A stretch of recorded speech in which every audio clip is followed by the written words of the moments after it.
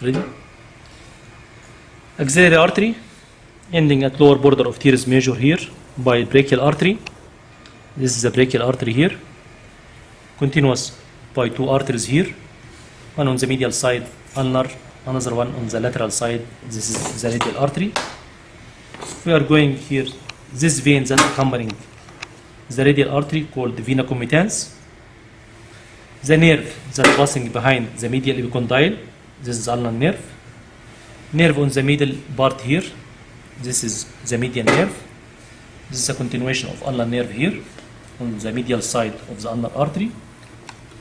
And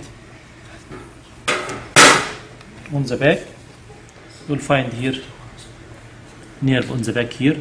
This is the radial nerve.